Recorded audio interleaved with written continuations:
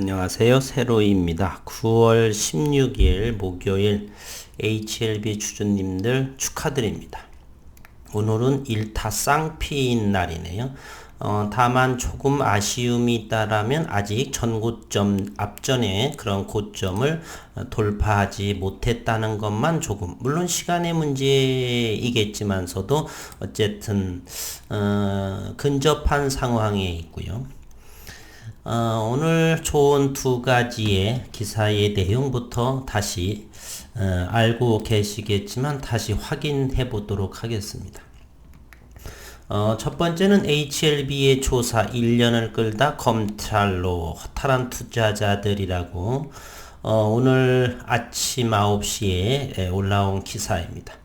기존 검찰 고발에서 제재 수위가 감경되었다. 이례적 조치이며 사실상 무혐의에 해당하는 기사입니다. 조사 장기화와 조사 내용 사전 유출로 기업과 개인 투자자는 피해가 발생을 했다. 회사 측은 끼워 맞추기식의 조사에 대단히 유감스럽다. 투자자들도 민형사상의 소송전을 예고한다라고 했고요. 이러한 내용은 잠시 한번 악몽의 2월 16일 단독 기사로 잠시 살펴보겠습니다. HLB는 FDA 임상 결과에 허위 공시 혐의를 받고 있다.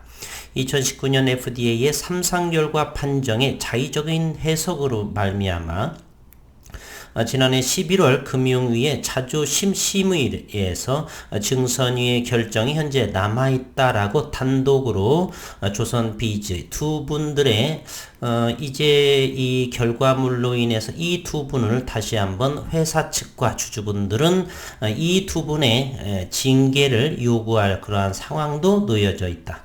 금융당국이 국내 바이오 제약회사의 미국 임상시험 진행 공시에 대해 칼을 빼들었다.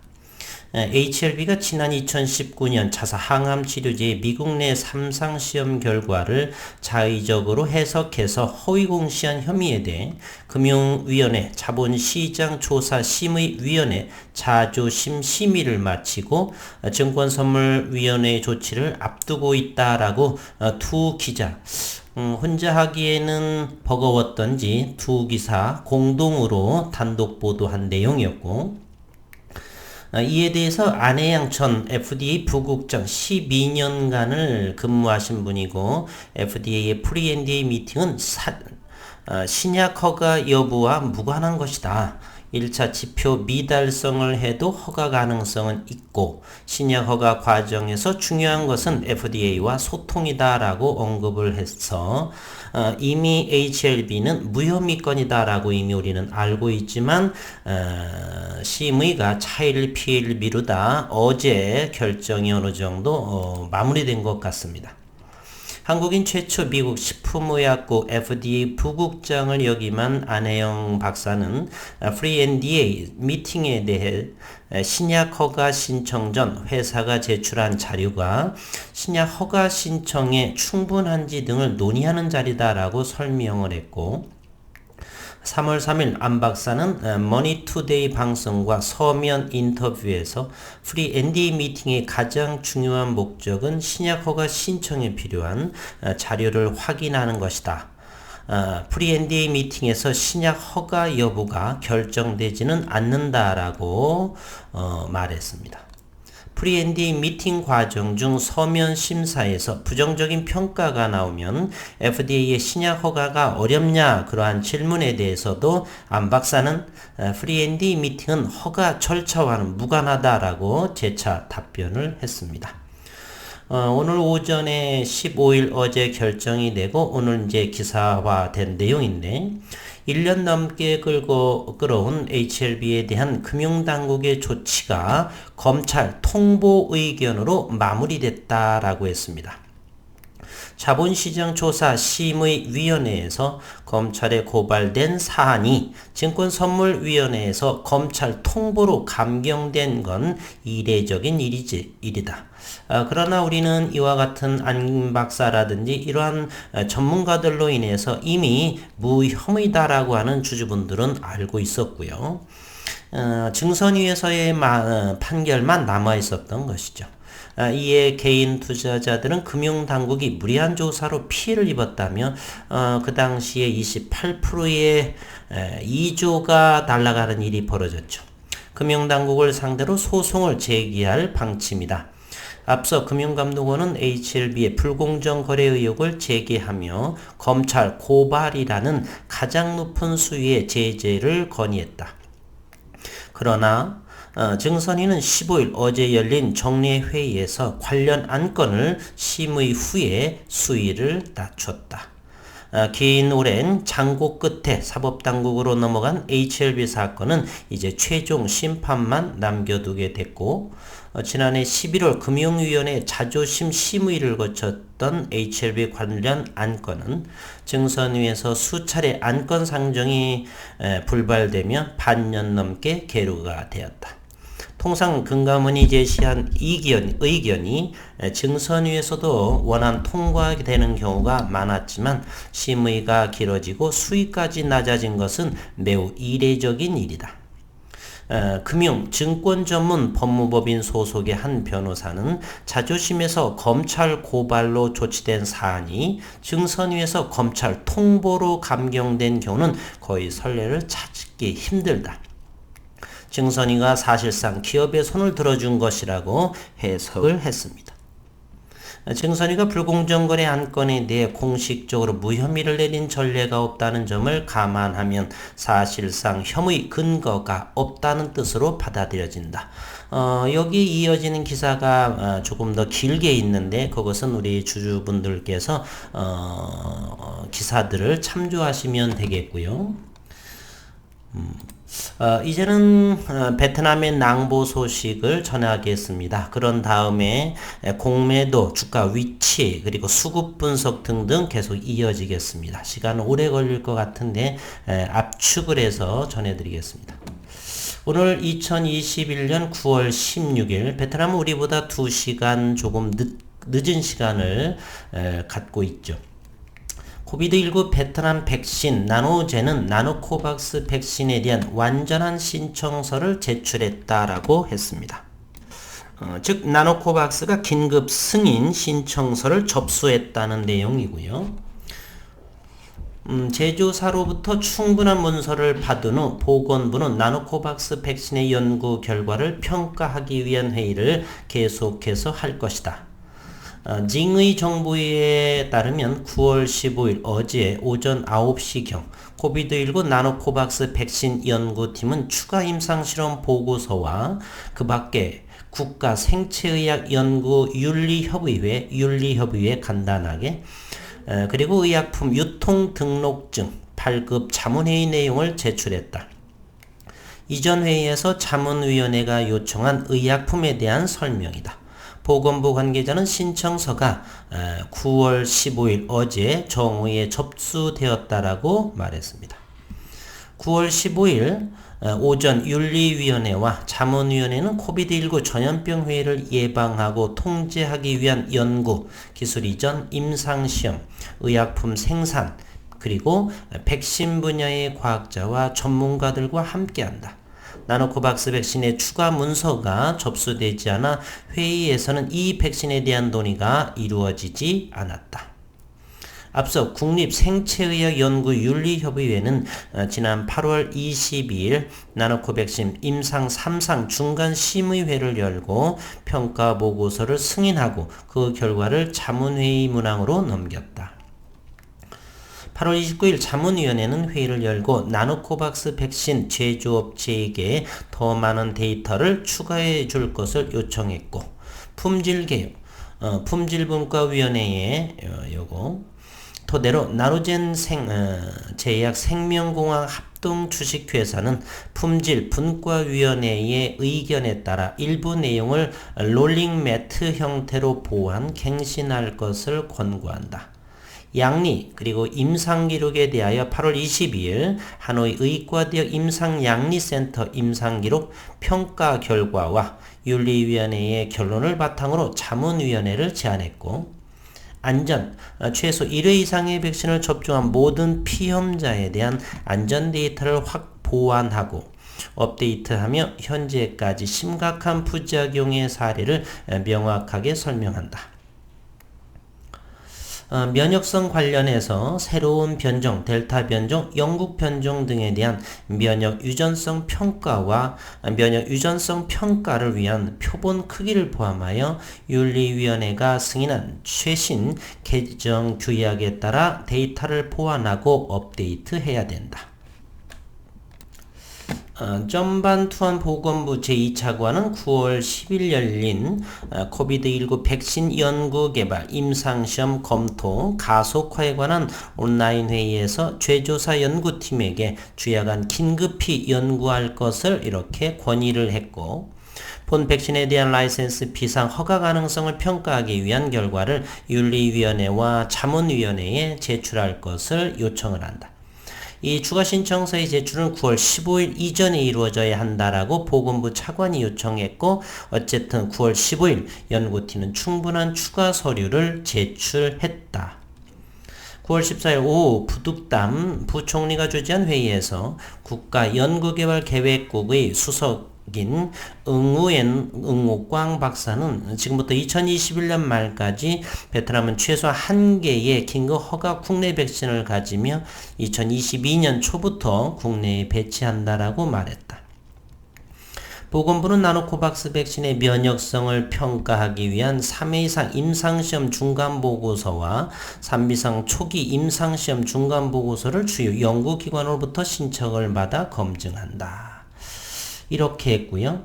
나노코박스 백신은 제조합 단백질 기술을 사용하는 베트남 최초의 3단계 임상 실험 백신이다. 지금까지 백신은 거의 1만 4천 명의 사람들을 대상으로 테스트되었고 3비 단계는 계속 평가되고 있다. 이렇게 긴급 승인 사용 승인 신청에 대해서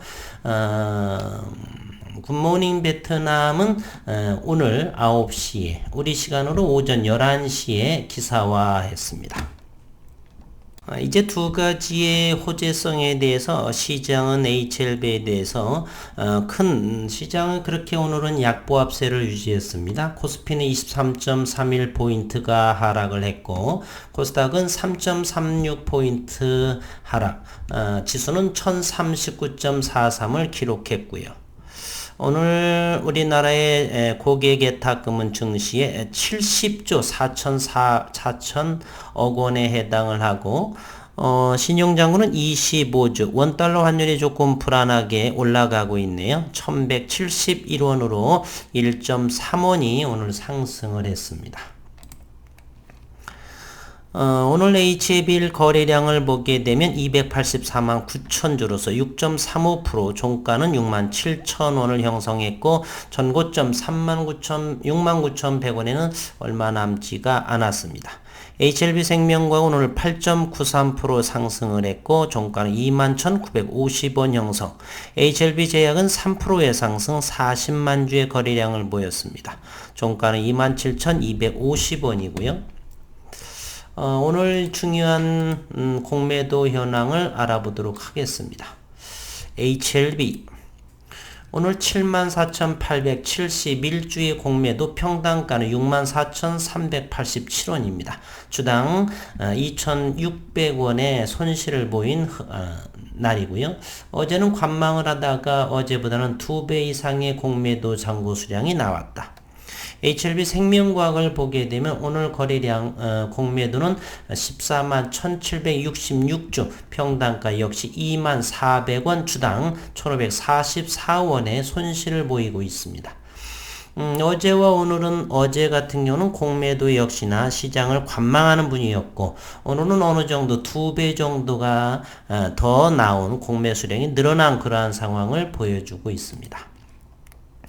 HLB 생명과학이 오늘 수급 상황을 한번 보도록 하겠습니다. 오늘 HLB는 장내에 38만 3천 주의 매수세가 들어왔고 금융투자 그리고 사모펀드 위주로 인해서 3만 1278주의 기관은 매도, 기관 쪽으로 공매도 수량이 나온 것 같습니다. HLB 생명과학 오늘은 어제의 17,000주에 매도한 반면에 오늘은 51만 주의 순매수를 보였고, 반면 금융투자와 그리고 사모펀드 위주로 해서 55,852주의 순매도를 기록을 했습니다. 개인들은 HLB 생명과학과 HLB에서 차익을 내는 오늘 하루였었고요. 아직까지는 현재 긴급 승인 신청에 대한 제출이기 때문에 아직까지는 충분한 모멘텀이 아직 살아있다 이렇게 말씀드리고 싶네요. 공매도 잔고 수량도 확인해 보도록 하겠습니다. 조회일자 9월 13일 기준으로 인해서 HLB는 조금 늘어난 535만 3천 주요. 조금 늘어난 공매도 잔고 수량을 보이고 있습니다. 여기죠, 여기. 현재 5.02% 최근에서 5% 이하에서 공매도 잔고가 유지했는데 13일 기준으로 보게 되면은 현재 공매도 잔고는 5% 이상에 해당합니다. 현재 5% 코스닥에서 5% 이상의 공매 잔고를 보유하고 있는 기업은 총 5곳입니다. 현재 HLB는 5번째에 해당하는 것이고요. 대차 상황을 예의주시하고 바라보겠습니다. HLB는 9월 15일 어제 16만 주를 대차를 하고 상환은 30만 주를 했습니다. 9월 14일에는 41만 주를 대차를 하고 4만 7천 주를 상환했고요. 여전히 HLB는 1756만 주의 대차 잔고를 보유하고 있습니다. 언제 기회를 보고 있죠. 상환도 많이 하지만 대차도 많이 하고 있다. 차후에 이러한 부분이 어떤 시장에서의 모습을 보일까를 관심을 가져야 될 것입니다. 물론 장기적으로 성장하는 HLB 있어서 공매도를 한다라고 하는 것 어불성설 같지만 현재는 단기적인 관점으로 아직은 현금 창출을 하고 있지 않은 상황이기 때문에 공매도는 여전히 활개를 치는 것 같습니다. HLB 생명과학을 보게 되면 어제가 75만 3천 주를 대차로 이루어졌고 상환은 28만 9천 주요. 그리고 9월 14일에는 90만 주의 대차를 보여주었고 상환은 15만 주. 역시 대차 잔고 최고를 보유하고 있는 HLB 생명과학 753만 주에 해당합니다. 왜 그럴까요? 상환도 이루어지면서 대차가 늘어나고 있습니다. 그 이유는 이렇게 해석해 볼 수가 있습니다. 현재는 베트남에서 들려오는 낭보로 인해서 상당히 모든 분들은 수익권에 있죠. 그러나 그것이 긴급 승인이 나오면서 이제는 본 승인 세계보건기구나 FDA의 승인권에 대해서는 아직 시간이 여유가 있기 때문에 그 기간 동안에 가격 조정이 나올 수 있고 그렇다면 기존 주주, 단기 투자, 공매 세력은 모두 다가 차익을 하려고 하는 마음은 분명히 어느 정도 있을 것이라고 봅니다. 단기적으로 말씀드립니다. 그때를 위해서 고점 매도 그리고 투매를 유도할 수 있는 그러한 상황 여건으로 만들기 위해서 대차 잔고가 늘어나는 것이 아닌가 이렇게 해석해 볼 수도 있다가 볼 수가 있습니다. 그렇지 않고서는 이자를 줘가면서 주식을 빌 이 까닭이 없는 것이죠. HLB 역시나 대차 잔고는 변함없이 1756만 주를 현재 보유하고 있다. 따라서 긴급 승인이 나는 그때까지는 가장 좋은 이벤트성이 될 것이고 긴급 승인이 나오면서 어느 정도 시장의 움직임을 바라봐야 되겠지만 우리는 상방향과 하방향 양쪽 포지션을 모두 다가 열어놓은 상태에 임하시는 것이 좋을 것 같다는 의견을 드립니다. 잠시 분봉을 통해서 최근에 HLB의 투자자들의 심리를 한번 보게 되면 여전히 62,000원대 요 가격이 대략 62,000원대의 저점 하방 경직을 모습을 보이고 오늘도 그렇지만 67,500원 정도는 단기 저항선으로 요 박스권에 이렇게 움직임을 보이고 있습니다. 이것을 거래량을 동반하면서 돌파를 하면 얼마나 좋을까 하는 생각을 해보고 HLB 생명과학 역시나 아직은 21,950원, 전고점이 23,000원이라고 한다면 대략 1,000원 정도가 남았는데 이것을 돌파를 하는 여부도 관심 있게 시장에서 바라봐야 할 내용으로 생각이 됩니다. HLB 제약 역시도 단기 32,200원의 고점을 찍고 하방 경직된 모습이 대략 26,000원 정도에 머물러 있죠. 이곳에 위치하고 있다는 사실입니다. 이 정도. 그래서 여전히 HLB 제약은 조금 속도가 더디게 움직일 것이고요. 현재 HLB와 생명과학은 상당히 좋은 모습을 보입니다. 이제 베트남의 낭보 긴급 승인이 완료 뭐 이런 것이 되게 되면 시장에서 어떤 모습을 하게 될지 예의주시할 필요는 있다라고 들면서 오늘 1타 쌍피인 좋은 내용으로서 좋지 않은 장 상황에서도 6%와 9%에 가까운 상승을 보여준 HLB 이 관심 종목에서 가장 높은 상승률을 보이고 있네요. 오늘 또 수고 많으셨고 남은 시간 행복하신 시간 되시기를 바라겠습니다. 수고 많으셨습니다.